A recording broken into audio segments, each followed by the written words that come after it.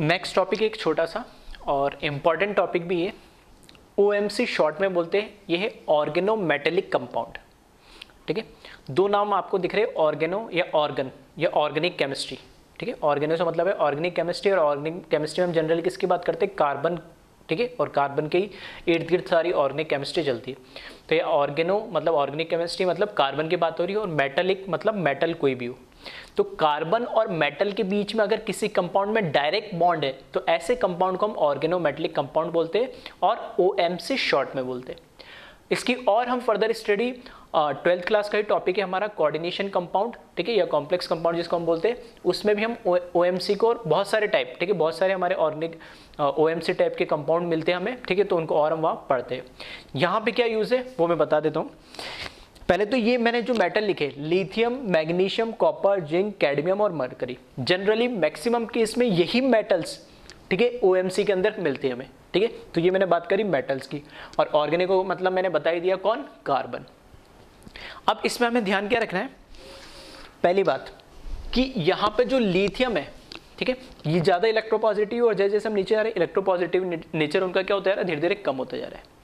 तो अगर मैं बात करूँ कि टॉप टू बॉटम, या फिर मैं ऐसे बोलूँ कि अगर लिथियम का मेरे पास, ठीक है, लिथियम और कार्बन या कोई कार्बन के बीच में अगर बॉन्ड होगा, ठीक है, तो फॉर एग्जांपल जैसे मैंने मान लिया आर मतलब कार्बन कोई भी एल्काइल, या ठीक है एल्काइल ग्रुप होगा, और ये हमारे पास लिथियम एल, तो ये ओएमसी है लिथियम का। ठीक है, आर कोई भी कार्बन होगा, इसी तरीके सबके बना देंगे। और यहीं पे, ठीक है, सारे लिख रहा हूँ मैं, यहाँ लिख रहा हूँ Hg है, तो Hg के लिए आर, HgR। ठीक है, कोई Hg किस फॉर्म में, +2 के फॉर्म में मिलता है, तो यहाँ पे 2 R मैंने लगा दी। तो अगर ये जो बॉन्ड है, इस बॉन्ड के अगर मैं कैरेक्टर या नेचर की बात करूँ, तो R Li के बीच में जो बॉन्ड है, तो क्योंकि पता है Li हाईली इलेक्ट्रोपॉजिटिव होता है। ठीक है, इलेक्ट्रोपॉजिटिव होता है, तो इसके अंदर आयोनिक कैरेक्टर क्या होगा, ज़्यादा होगा। फिर जैसे जब नीचे आ रहे तो दिख रहा होगा आयोनिक कैरेक्टर क्या होता है, कम होता है, और कोवेलेंट कैरेक्टर बढ़ता जा रहा है। तो पहली चीज तो आप ध्यान रखना, जब हम टॉप टू बॉटम यहां मूव कर रहे हैं, ठीक है, तो जो आयोनिक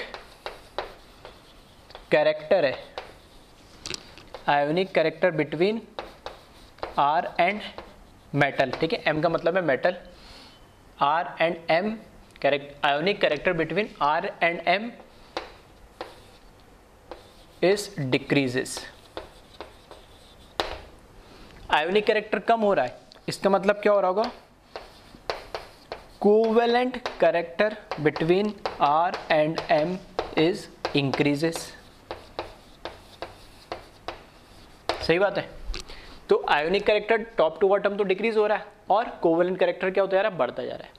अब इससे फर्क क्या पड़ रहा है, अब देखो, एक जो सबसे बड़ी बात जो हमने ग्रिग्नार्ड रिएजेंट पढ़ा है RMgX, उसमें भी क्या होता है R, ठीक है, RMgX पढ़ा है ना हमने, RMg और X ऐसे ही तो पढ़ा है। तो ये Mg क्या है, मेटल, R के अल्काइल ग्रुप, तो ये भी एक क्या OMC है। ठीक है, ग्रिग्नार्ड रिएजेंट जो हमने पढ़ा वो भी एक ऑर्गेनोमेटेलिक कंपाउंड है। ठीक है, स्पेसिफिक उस कंपाउंड को बहुत डिटेल में पढ़ते हैं, उसके अलावा ये छोटे छोटे से जो होते हैं इनकी कुछ रिएक्शन से हम देखते हैं। बाकी RMgX की इंपॉर्टेंस क्या है वो अब आपको समझ में आ गई होगी, बहुत सारी रिएक्शन देता है, तो वो भी एक OMC था। तो यहाँ पे हमने क्या बोला कि मेटल और इसके बीच में कैसा होता है, ये तो पॉजिटिवली चार्ज होता है, तो ये कैसे नेगेटिवली चार्ज होता है, तो क्योंकि इनके बीच में कैसा है, आयोनिक कैरेक्टर ज्यादा होता है, तो R- की फॉर्म में मिलता है।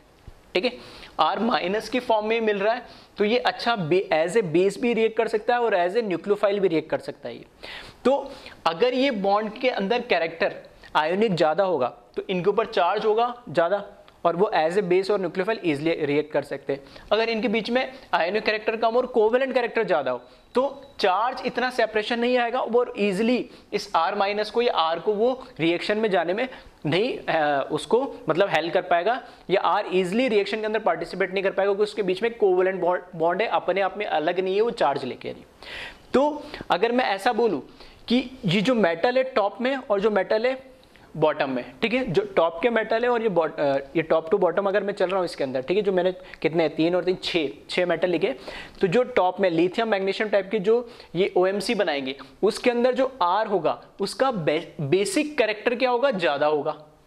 क्यों ज़्यादा होगा? क्योंकि इसमें आयोनिक कैरेक्टर ज़्यादा है, तो इसमें चार्ज सेपरेशन ज़्यादा होगा, तो चार्ज सेपरेशन ज़्यादा होगा तो ईजिली R माइनस के फॉर्म में वो रिएक्ट कर सकता है। नीचे जैसे जैसे जाएंगे तो कोवेलेंट कैरेक्टर बढ़ रहा है, कोवेलेंट कैरेक्टर बढ़ रहा है तो उस केस में ये एज ए बेस, ठीक है, इतने अच्छे, ठीक है, रिएक्ट नहीं कर पाएंगे या उनमें बेसिक कैरेक्टर या बेसिक स्ट्रेंथ क्या हो जाएगी, कम होती जाएगी। तो वही लिख रहा हूँ, टॉप टू बॉटम की अगर मैं बात कर रहा हूँ, टॉप टू बॉटम के अंदर ही, ठीक है, बेसिक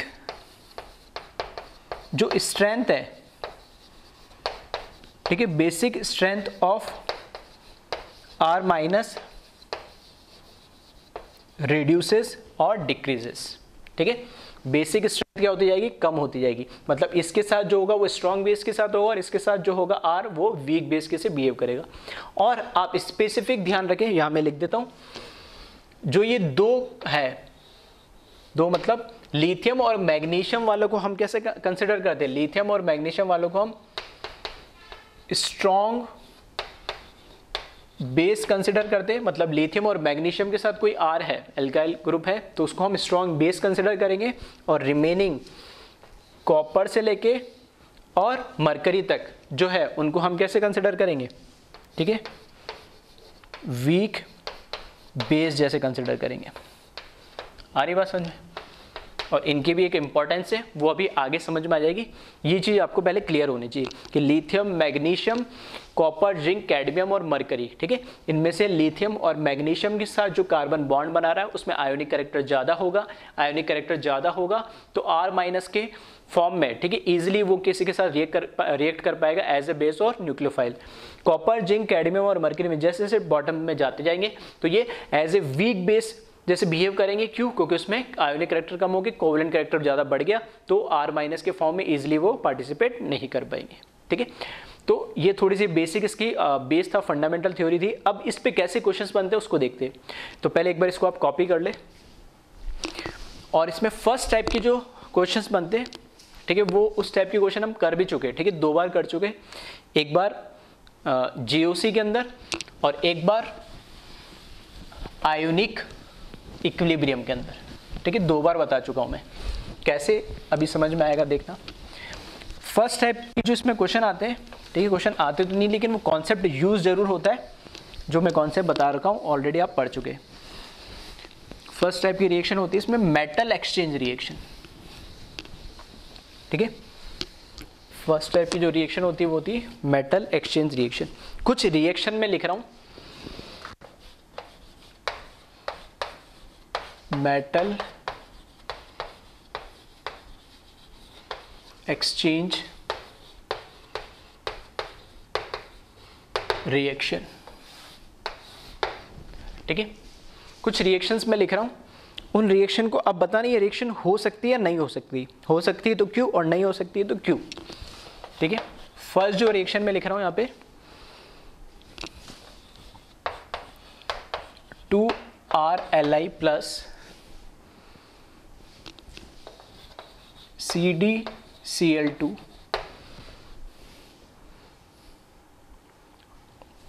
R2CD, ठीक है, 2 बस बैलेंसिंग के लिए लिखा है मैंने, 2LiCl, ठीक है।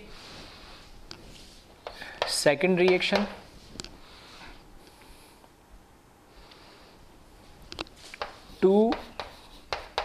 2RLi प्लस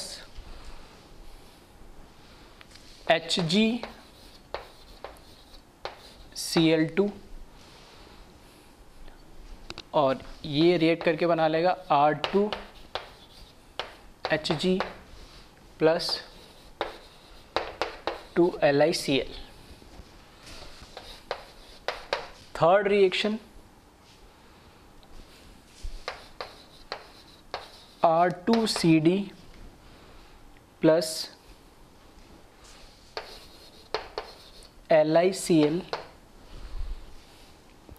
और इसके साथ, ठीक है, बैलेंस करने के लिए इसको ट्वाइस ले लेते और इसके साथ रिएक्शन होगी तो ये हो जाएगी 2LiCl प्लस, सॉरी,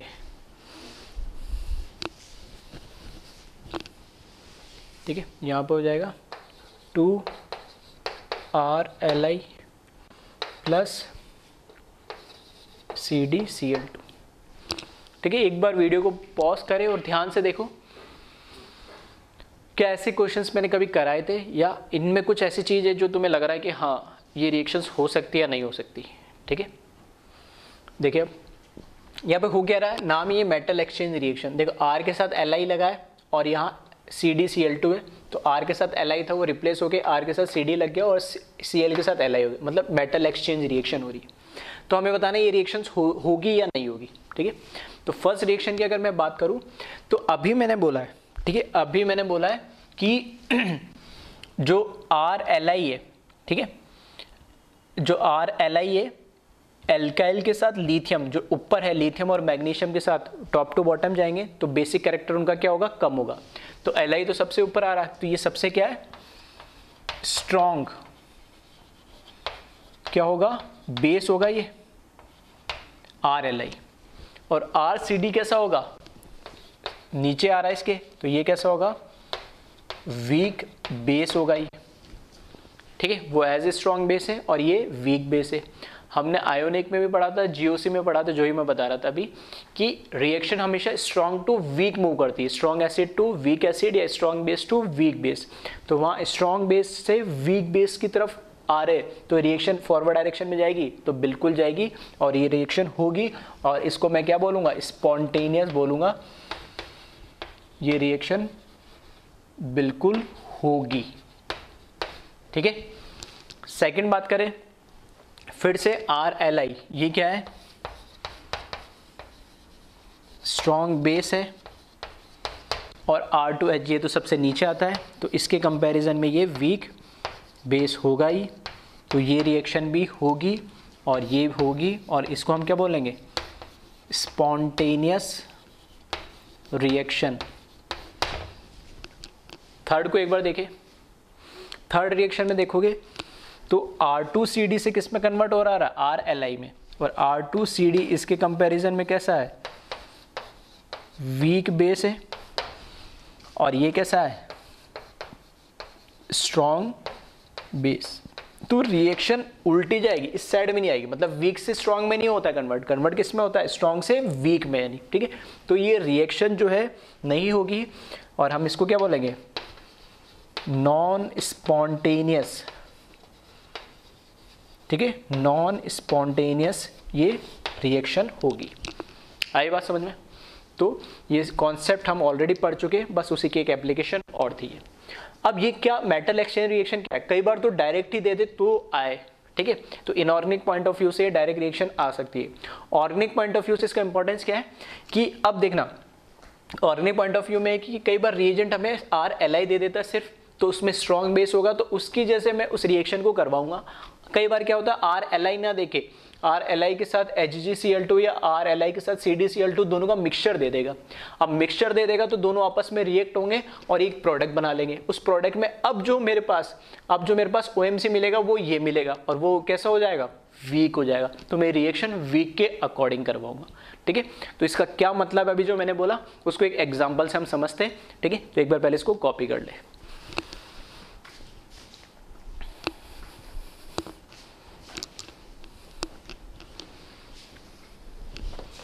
ठीक है, तो पहली चीज तो इसमें थी मेटल एक्सचेंज रिएक्शन और इसी की, ठीक है, फिर वो एप्लीकेशन है, इसी को यूज करते हुए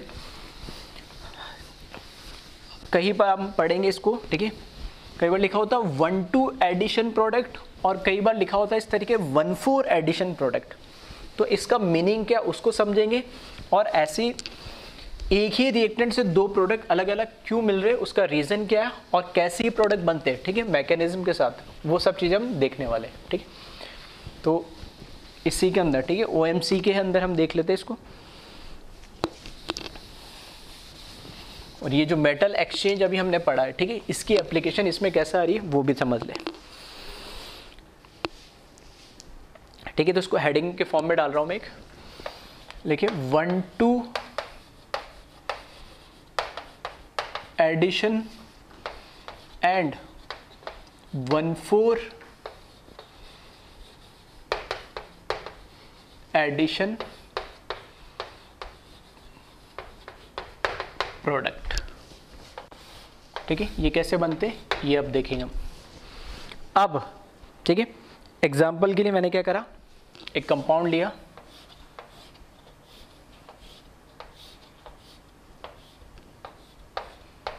ये ठीक है, इसकी रिएक्शन मैंने करवा दी है, सिर्फ R माइनस लिखा है यहाँ पे मैंने, और उसके बाद इसका मैं जो भी प्रोडक्ट बनेगा उसका सेकंड स्टेप में प्रोटोनेशन करवा दूंगा यानी। ठीक है, तो ऐसे केस में यहाँ पर हमें क्या होता है, दो तरह के प्रोडक्ट मिल रहे हैं यानी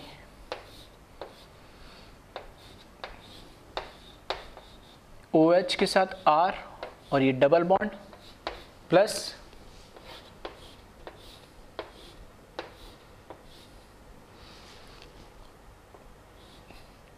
OH डबल बॉन्ड और यहाँ पर R।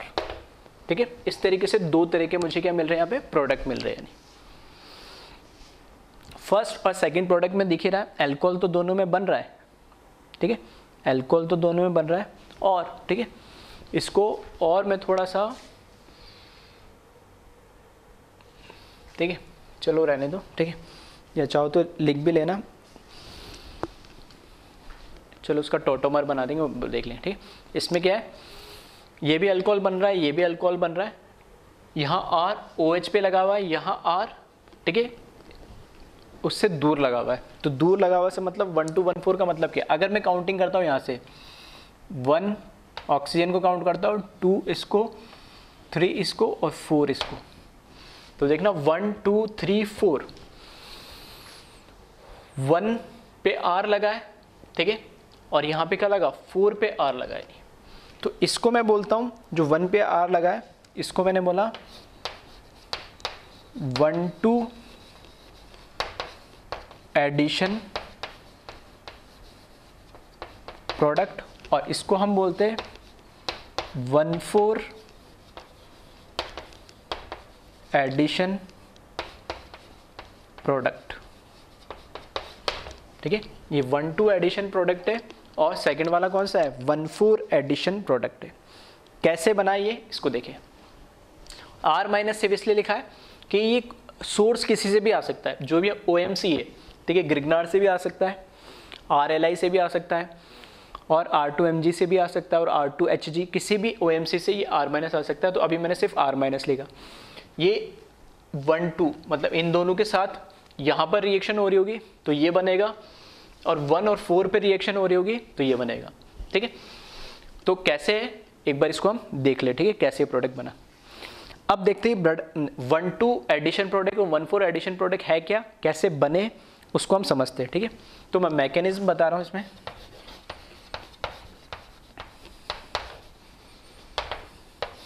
ठीक है, फर्स्ट जो मैकेनिज्म है वो मैं बता रहा हूँ 1 2 एडिशन प्रोडक्ट के लिए, कि 1 2 एडिशन प्रोडक्ट कैसे बन रहा होगा। ठीक है, तो इसमें देखिए 1 2 एडिशन प्रोडक्ट। 1 2 एडिशन प्रोडक्ट में क्या है, ये हमें दे रखा है हमारे पास जो रिएक्टेंट है, ठीक है, और यहाँ पे double bond plus R minus किसी भी सोर्स से मेरे पास आ रहा है। 1 2 का मतलब ये है कि 1 2 ऑक्सीजन के रेस्पेक्ट में हमने 1 2 3 काउंटिंग करी है। ठीक है, अगर ये 1 और 2 पोजीशन पे ही क्या कर रहा है, रिएक्ट कर रहा है। ठीक है, क्यों, दो पॉसिबिलिटी है। देखो ये R माइनस से इलेक्ट्रॉन रिच है, हमने पढ़ी थी ग्रिग्नार्ड के अंदर कैसी, न्यूक्लियोफिलिक एडिशन रिएक्शन, तो वही टाइप की है। ये R माइनस क्या है, न्यूक्लियोफाइल। अब एडिशन होने की दो पॉसिबिलिटी है, इन दोनों के बीच में भी डबल बॉन्ड है और यहाँ पे भी ये डबल बॉन्ड, तो या तो 1 2 के बीच में एडिशन हो जाए या 3 4 के बीच में एडिशन हो जाए। तो अगर मैं बात करूँ नॉर्मली रिएक्शन कहाँ होनी चाहिए, तो यहाँ दोनों साइड है कार्बन कार्बन, यहाँ है कार्बन ऑक्सीजन, तो बॉन्ड की पोलैरिटी कहाँ ज़्यादा है, कार्बन और ऑक्सीजन के बीच में। तो कार्बन पे पॉजिटिव चार्ज और ऑक्सीजन पे नेगेटिव चार्ज पार्शियली आ जाएगा, और जब ये अटैक करेगा तो कार्बन पे अटैक करेगा और पाई बॉन्ड का ऑक्सीजन पे शिफ्ट हो जाएगा। यहाँ करेगा तो दोनों साइड कार्बन है, दोनों sp2 कार्बन है, तो बॉन्ड की पोलैरिटी यहाँ कम होगी, तो यहाँ रिएक्ट ना होने की वजह से यहाँ रिएक्ट होना कम पसंद करेगा और यहाँ रिएक्ट होना ज़्यादा पसंद करेगा, क्योंकि वहाँ बॉन्ड की पोलैरिटी ज़्यादा है। तो रेट ऑफ रिएक्शन की बात करूँ, अगर R माइनस को मैं अकेला छोड़ दूंगा और ये रिएक्टेंट छोड़ दूँ, तो ये कहाँ अटैक करना चाहेगा, इसकी प्रायोरिटी रहेगी यहाँ पे जहाँ पे पोलैरिटी है, तो यहाँ पे बहुत स्पीडली फास्टली रिएक्ट करेगा नहीं, ठीक है। तो यहाँ पर क्या हो रहा है, R माइनस यहाँ क्योंकि पार्शियल नेगेटिव या पार्शियल पॉजिटिव, तो ये जो R माइनस है न्यूक्लियोफिलिक एडिशन होगा यहाँ पर और ये पाई बॉन्ड इधर शिफ्ट हो जाएगा। तो इससे जो मुझे प्रोडक्ट मिलेगा, ठीक है, वो इस तरीका बन जाएगा, ये double bond as it is, यहाँ पर O पे क्या आ जाएगा माइनस और यहाँ पर आके R लग जाएगा। सेकेंड स्टेप में, फर्स्ट स्टेप हो गया, सेकेंड स्टेप में मुझे बस सिंपल से क्या करना है, प्रोटोनेशन करना है। इसका जब मैं प्रोटोनेशन करूँगा तो O माइनस पे क्या लग जाएगा, H प्लस लग जाएगा। तो यहाँ पर ये बन गया OH और ये बन गया R और ये double bond as it is, ये मेरा 1-2 प्रोडक्ट बन गया जो मैंने यहाँ लिखा था, ठीक है। इस 1-2 एडिशन प्रोडक्ट को एक नाम और दिया जाता है, इसको हम बोलते हैं और KCP या काइनेटिकली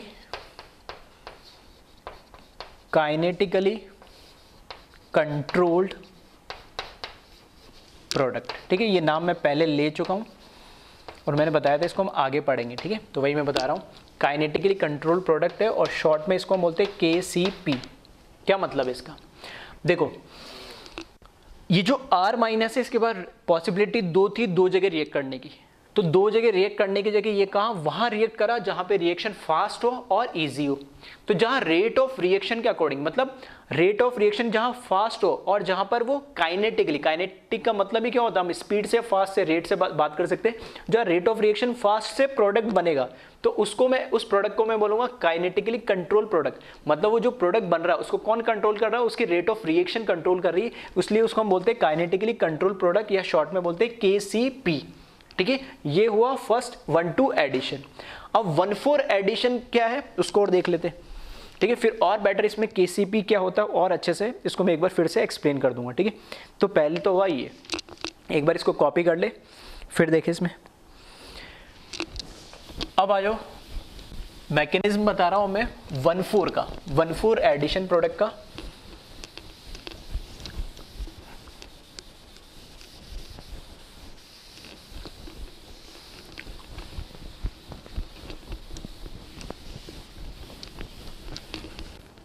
ठीक है, अब आ जाओ 1-4। तो यहां लिख रहा हूं मैं सेकंड मैकेनिज्म जो है वो है 1-4 एडिशन प्रोडक्ट। और ये जो प्रोडक्ट बनता है उसको बोलते हैं हम TCP, जिसका मतलब होता है थर्मोडायनेमिकली कंट्रोल्ड प्रोडक्ट, ठीक है। शॉर्ट में इसको बोलते हैं TCP। इसका क्या मतलब है एक बार इसको हम देख लेते हैं, ठीक है। तो मैकेनिज्म से मैं स्टार्ट कर रहा हूं।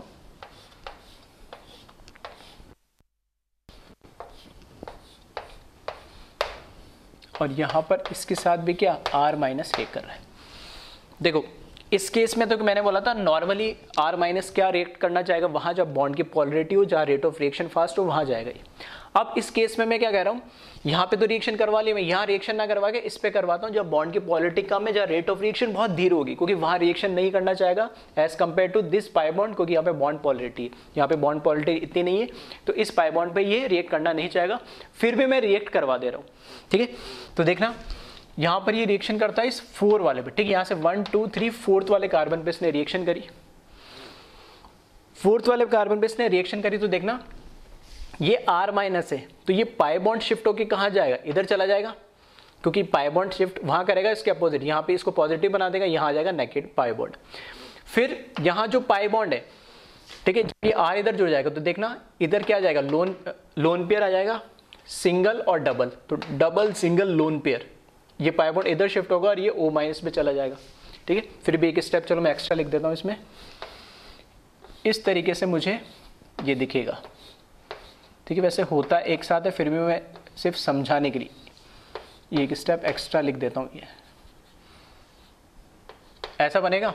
R माइनस से इस पे अटैक करा तो ये जो पाई बॉन्ड है यहाँ इस वाले कार्बन पे शिफ्ट हो गया, तो ये बन गया। अब यहाँ पे देखना डबल सिंगल लोन पेयर, तो ये इधर और ये O इधर, ठीक है।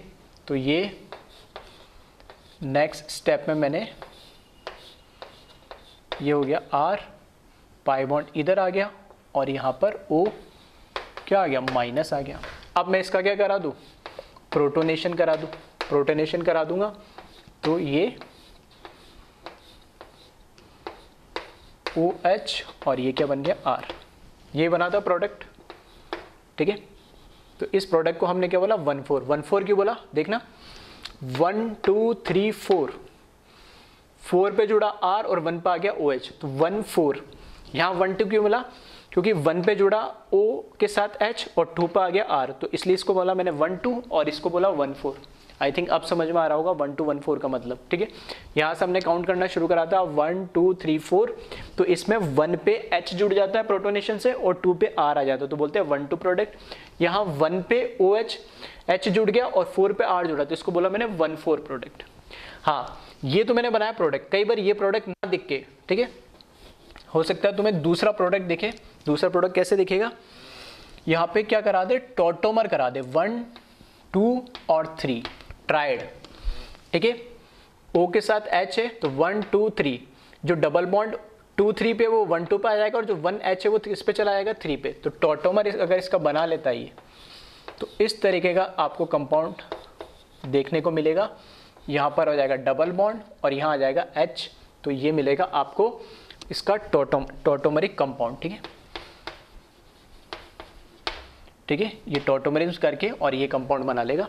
तो हो सकता है कई बार 1 4 की जगह ये प्रोडक्ट मिल जाएगी, ठीक है। अब इसको TCP थर्मोडायनेमिकली कंट्रोल प्रोडक्ट क्यों बोला है, ठीक है। TCP या थर्मोडायनेमिकली कंट्रोल प्रोडक्ट इसलिए बोला है क्योंकि आप देख सकते हो कि यहाँ पे ये रेट ऑफ रिएक्शन इसकी बहुत स्लो है, ठीक है। यहाँ पे धीरे, मतलब ये प्रोडक्ट इतना आसानी से बनाना नहीं चाह रहा है क्योंकि बॉन्ड की पॉलिटी तो उधर है, लेकिन हम रिएक्शन हम यहाँ करवा रहे हैं। लेकिन अगर एक बार ये रिएक्ट कर गया, जैसे ये रिएक्ट करा तो इसका जो इंटरमीडिएट बना, अब जो इंटरमीडिएट बना वो इंटरमीडिएट किसको डिसाइड करेगा, प्रोडक्ट की, और उसकी स्टेबिलिटी हाई है। नहीं देखना, यहाँ जो इंटरमीडिएट बना, इस इंटरमीडिएट और इस इंटरमीडिएट दोनों में अगर मैं कंपेयर करूं तो यहाँ पे double single single lone pair, as such कोई स्टेबिलिटी नहीं, सिर्फ O पे माइनस चार्ज है। इस केस में क्या है कि यहाँ पे कॉन्जुगेशन हो रहा है, रेजोनेंस हो रहा है, डबल सिंगल लोन पेयर, या इधर से देख लो, इससे कंपेयर नहीं, इन दोनों को कंपेयर कर लो, डबल सिंगल लोन पेयर, तो ये कॉन्जुगेशन है। तो इस ठीक है, ये इसकी RS है, ठीक है। तो इस तरीके से डबल एरो से दिखाते हैं, RS को डबल एरो से और टॉटोमर को इस तरीके से हाफ हेडेड एरो से दिखाते हैं। तो ये दोनों टॉटोमर है। तो इसका ये ये कॉन्जुगेशन की वजह से, रेजोनेंस की वजह से जो इसका इंटरमीडिएट बना, और इस इंटरमीडिएट से हमारा प्रोडक्ट बनेगा, तो इंटरमीडिएट हाईली स्टेबल है एज कंपेयर टू दिस, इसलिए इसको थर्मोडायनेमिकली कंट्रोल प्रोडक्ट बोला है, क्योंकि ये इसकी थर्मोडायनेमिक्स मतलब प्रोडक्ट की स्टेबिलिटी से हम इसको बना रहे हैं। नहीं, जबकि यहाँ प्रोडक्ट की स्टेबिलिटी से नहीं, हम इनिशियल रेट ऑफ रिएक्शन कहां पर ज्यादा होगी उसके अकॉर्डिंग हम प्रोडक्ट बना रहे हैं। तो पहले केस में काइनेटिकली कंट्रोल इसलिए बोलते हैं क्योंकि जो रिएक्टेंट रिएक्ट कर रहा है वो रेट ऑफ रिएक्शन के अकॉर्डिंग डिसाइड होता है। तो ये रिएक्शन बहुत फास्ट होती है और इसका जो प्रोडक्ट होता है वो लेस स्टेबल होता है। जबकि थर्मोडायनेमिकली कंट्रोल जो रिएक्शन होती है वो थोड़ी स्लो होती है, क्योंकि वो रिएक्शन होना नहीं चाह रही, जहां करवाना चाहते हैं वहां से रेट ऑफ रिएक्शन इसकी क्या होगी, स्लो, लेकिन जो प्रोडक्ट बनेगा वो ज्यादा स्टेबल बनेगा थर्मोडायनेमिकली। इसलिए हम इसको बोलते हैं थर्मोडायनेमिकली कंट्रोल प्रोडक्ट। जैसे 1,4 प्रोडक्ट मिलता है, 1,4 एडिशन प्रोडक्ट, और इसको काइनेटिकली कंट्रोल प्रोडक्ट बोलते हैं, जिसको बोलते हैं 1,2 एडिशन प्रोडक्ट। ठीक है, तो आई थिंक अब दोनों चीजें क्लियर हो गई होगी। टीसीपी केसीपी का मतलब, 1,4 एडिशन प्रोडक्ट का मतलब, 1,2 एडिशन प्रोडक्ट का मतलब, और दो अलग अलग हमें वहां पे प्रोडक्ट क्यों मिल रहे थे। अब एक बार इसको कॉपी कर ले और एक क्वेश्चन और इस पे लास्ट करते ताकि और चीजें इसमें क्लियर हो जाए। नहीं, ठीक है,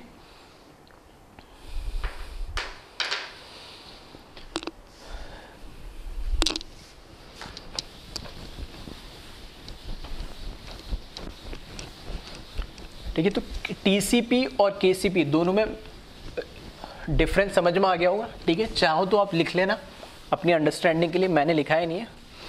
जो केसीपी होती है बहुत फास्ट होती है और उसमें प्रोडक्ट जो बनता है वो थोड़ा लेस स्टेबल बनता है एज कम्पेयर टू टीसीपी। जबकि जो टीसीपी होती है रिएक्शन तो स्लो होती है, ठीक है, रेट उसकी कम होती है, लेकिन जो प्रोडक्ट होता है वो मोर स्टेबल होता है, ठीक है। बेसिक डिफरेंस अगर मैं बोलूँ एक इन जनरल समझने के लिए, तो आप इस तरीके से दोनों में डिफ्रेंशिएट कर सकते हो। यानी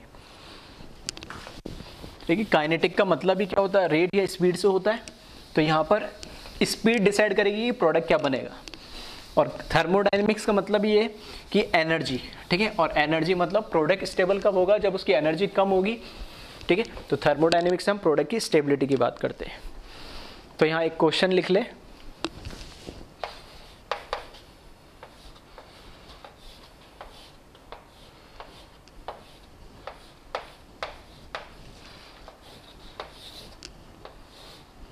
ठीक है। इस एक ही रिएक्टेंट है, यहाँ पर मैं उसकी जो रिएक्शन है, एक बार मैंने RiLi से कराई फर्स्ट स्टेप में, सेकंड स्टेप में उसकी रिएक्शन H+ और H2O से करा दी, ठीक है। और सेकंड केस में इसकी रिएक्शन मैंने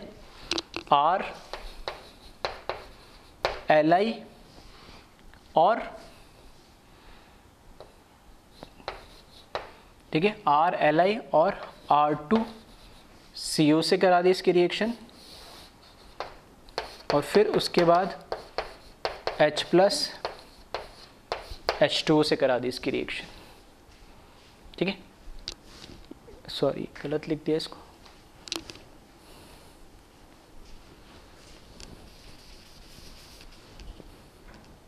ठीक है, RLi और CuCl से करा दी। तो दोनों केस में प्रोडक्ट बताइए क्या बनेंगे, यानी ठीक है। अभी तक जो पढ़ा है मैंने पूरा उसकी एक एप्लीकेशन है, क्वेश्चन किस फॉर्म में आता है इस तरीके से,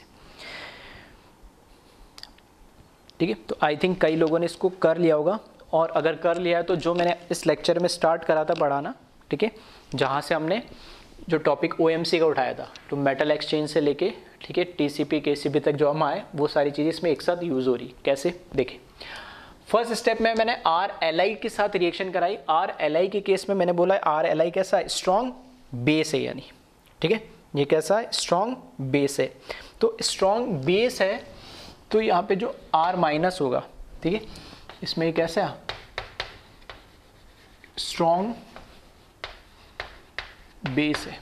तो स्ट्रॉन्ग जो बेस है ये क्या करेगा, रिएक्शन जो देगा, ठीक है, बेस स्ट्रॉन्ग है तो बहुत फास्ट रिएक्शन देना चाहेगा ये, और फास्ट रिएक्शन देना चाहेगा तो फास्ट रिएक्शन जो होगी मतलब उसकी रिएक्शन की स्पीड ज़्यादा होगी, मतलब रेट ज़्यादा होगी, रेट ज़्यादा होगी तो काइनेटिकली कंट्रोल प्रोडक्ट बनाएगा, KCP वाला प्रोडक्ट बनाएगा, और KCP वाला बनाएगा तो यहाँ से हमें पता ही है, ठीक है, अभी देखा ही हमने 1 2 3 4, अगर काइनेटिकली कंट्रोल प्रोडक्ट बनाएगा तो ये 1 2 के बीच में प्रोडक्ट बनाएगा, और ये जो प्रोडक्ट बनेगा ये बनेगा हमारा इस तरीके से, यहाँ पर R आ जाएगा और प्रोटोनेशन के बाद O- पे H लग के OH हो जाएगा। तो ये जो प्रोडक्ट बन रहा है मेरा, ये बन रहा है मेरा 1 2 एडिशन प्रोडक्ट, ठीक है, जो कि क्या होगा, KCP होगा, क्योंकि काइनेटिकली कंट्रोल होगा ये प्रोडक्ट। क्यों, क्योंकि हमारे पास जो बेस है वो बहुत स्ट्रांग है। बेस अगर मेरे पास स्ट्रांग है, ठीक है, बेस अगर मेरे पास स्ट्रांग है तो रिएक्ट भी क्या करना चाहेगा, ये फास्ट करना चाहेगा, ठीक है। तो हमने दो तरह के लिथियम और मैग्नीशियम के जो OMC होते हैं वो स्ट्रांग बेस होते हैं, और वो इन जनरल बोलो तो किसको फेवर करेंगे, KCP को फेवर करेंगे, काइनेटिकली कंट्रोल प्रोडक्ट को फेवर करेंगे। यहाँ आ जाए, अब इसमें क्या डिफरेंस है सर, यहाँ तो RLi और CuCl दोनों आपने एक साथ ले लिए, तो जो RLi और CuCl एक साथ लिए तो इसका मतलब ये क्या, मिक्सचर है। तो इस केस में जब मैं RLi की रिएक्शन CuCl के साथ, इसका मतलब यही हुआ RLi दे रखा है और CuCl का मिक्सचर दे रखा है, तो दोनों की रिएक्शन में क्या करा दूँ, एक साथ करा दूँ। तो इसकी जब रिएक्शन कराऊंगा मतलब दोनों क्या होंगे, आपस में रिएक्ट होंगे, तो ये RCu बना लेगा प्लस LiCl बना लेगा। मतलब हो क्या रही, मेटल एक्सचेंज रिएक्शन हो रही है यहाँ पे। RLi क्योंकि ये कैसा है मेरे पास, स्ट्रॉन्ग बेस है, ये कैसा है, स्ट्रॉन्ग बेस है और यहाँ पर कैसा आ गया, ये वीक बेस आ गया। तो रिएक्शन कहाँ जाएगी, फॉरवर्ड डायरेक्शन में। अगर मैंने इन दोनों का मिक्सचर ले लिया, RLi और CuCl का मिक्सचर ले लिया, तो वो रिएक्ट होके फाइनली क्या बना लेंगे, RCu बना लेंगे। और RCu अगर वो बना ले रहे, ठीक है, RCu अगर वो बना ले रहे, तो अब यहाँ पे फाइनली मुझे इस मिक्सचर में क्या मिलेगा, RCu, जो कि कैसा है, वीक बेस। ये वीक बेस है तो इसकी रेट ऑफ रिएक्शन भी क्या होगी, उतनी कम होगी। रेट ऑफ रिएक्शन इसकी कम होगी तो जो इससे प्रोडक्ट मुझे मिलेगा वो कौन सा मिलेगा, मुझे थर्मोडायनेमिकली या TCP वाला प्रोडक्ट मिलेगा। और वो कौन सा मिलेगा, 1,4 एडिशन प्रोडक्ट। आ रही मेरी बात समझ में। तो यहाँ पे जो प्रोडक्ट मिलेगा मुझे, ठीक है, मैकेनिज्म ऑलरेडी मैं बता चुका हूँ, तो मैं सिर्फ प्रोडक्ट बना रहा हूँ। तो यहाँ पर क्या आ जाएगा, OH आ जाएगा यहाँ पे, और यहाँ पर आ जाएगा R, और डबल बॉन्ड कहाँ, यहाँ आ जाएगा। और टोटोमराइज करके इस प्रोडक्ट को हम इसमें भी कन्वर्ट कर सकते। यहाँ पर आ जाएगा R, यहाँ पर आ जाएगा डबल बॉन्ड O, ठीक है, ठीक है। तो टोटोमर होके 1 2 3 ये हो जाएगा। तो समझने वाली बात यहाँ है कि इस तरह के क्वेश्चन जब हमें मिलते, OMC से रिलेटेड क्वेश्चन मिलते, तो हमें बस अल्टीमेटली हमें देखना क्या है कि हमारे पास स्ट्रॉन्ग बेस है या वीक बेस है। स्ट्रॉन्ग बेस मैंने दो ही बताए, लिथियम और मैग्नीशियम वाले OMC जो होंगे वो स्ट्रॉन्ग बेस होंगे। और वो स्ट्रॉन्ग बेस है तो उसमें जो हमारे पास R- होगा वो स्ट्रॉन्ग बेस जो होगा, स्ट्रॉन्ग न्यूक्लियोफाइल होगा, वो फास्ट रिएक्शन देगा, और फास्ट रिएक्शन देगा तो जो प्रोडक्ट मिलेगा वो KCP वाला मिलेगा, 1,2 एडिशन। और अगर मेरे पास वीक बेस है तो उस केस के अंदर जो रिएक्शन की रेट होगी वो थोड़ी सी क्या होगी, स्लो होगी। तो वो क्या करेगा, थर्मोडायनेमिकली बोला वैसे ही स्लो है तो मैं क्या करूं, ठीक है, रिएक्शन ऑलरेडी स्लो है तो ऐसे अच्छा है कि स्लो कर रहे हैं तो कम से कम प्रोडक्ट तो स्टेबल बना है। तो प्रोडक्ट कौन सा बना देगा, ये TCP वाला। तो यहां पर ये मुझे मिलेगा 1,4 एडिशन प्रोडक्ट और TCP, थर्मोडायनेमिकली कंट्रोल प्रोडक्ट, और हम इसको बोल सकते हैं। तो ये इसकी एप्लीकेशन है ओवरऑल जो हमने पढ़ा है, ठीक है। तो एक बार इसको कॉपी कर ले और इसी चीज़ को मैं नोट की फॉर्म में लिखा देता हूँ जिसे आप याद रखिएगा, ठीक है। तो इसमें देख ले एक बार। तो इस तरह के क्वेश्चंस, ठीक है, ये भी एक इंपॉर्टेंट टाइप का क्वेश्चन है जो आपको मिलता है, ठीक है। तो लॉजिक क्या है क्वेश्चन का मैंने बता दिया। इसके लिए मेटल एक्सचेंज रिएक्शन मैंने इसलिए बताया ताकि समझ में आए कि ऐसा क्यों हो रहा है। और स्ट्रॉन्ग और वीक बेस जब मेरे को मिल गए एक बार, तो स्ट्रॉन्ग और वीक बेस मिलने के बाद स्ट्रॉन्ग जो बेस होगा वो हमेशा KCP मतलब स्पीड के अकॉर्डिंग प्रोडक्ट बनाएगा जल्दी, और जो वीक बेस होगा जो स्लो रिएक्शन देगा वो स्टेबल प्रोडक्ट बनाने की कोशिश करेगा। तो नोट के फॉर्म में ये इम्पॉर्टेंट है काफ़ी, इसको ध्यान रखें। फर्स्ट OMC, शॉर्ट में लिख रहा हूँ, OMC of lithium and magnesium are strong base and favour KCP, kinetically control product, और लिख लेना 1,2 एडिशन, और 1,2 addition product. Second OMC, organometallic compound of zinc, copper, cadmium and mercury are weak base and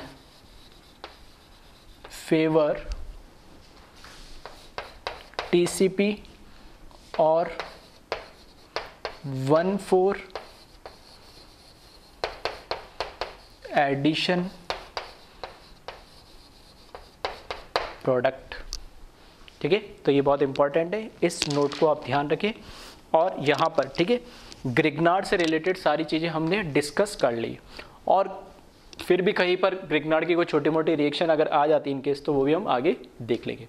तो Grignard की preparation alkyl halide से, second उसकी reaction acid base reaction जो सबसे फास्ट होती है। उसके बाद हमने पढ़ी न्यूक्लियोफिलिक एडिशन एलिमिनेशन जो उससे थोड़ी धीरे होती है और सबसे धीरे होती है SN2। उसमें भी हमने बात करी थी reaction with epoxide, reaction with alkyl halide, reaction with cyanide, ठीक है। और उसके अलावा कुछ इंपॉर्टेंट रिएक्शन भी हमने देखी थी जैसे Cl2 Br2 के साथ, O2 के साथ, ठीक है, या ClHN के साथ, ठीक है। साइनाइड में H हटा के Cl लगा दें। और फिर उसके बाद हमने बात करें इंपॉर्टेंट OMC ऑर्गेनोमेटेलिक कंपाउंड की, और OMC के अंदर हमने समझा कि KCP काइनेटिकली कंट्रोल प्रोडक्ट जिससे 1,2 प्रोडक्ट मिलता है, और TCP थर्मोडायनेमिकली कंट्रोल प्रोडक्ट जिससे हमें 1,4 प्रोडक्ट मिलता है, ठीक है। तो ये ओवरऑल ग्रिग्नार्ड रिएजेंट और इसकी रिएक्शन बहुत इंपॉर्टेंट है। तो एक बार इसको कॉपी कर ले और समझ ले फिर से।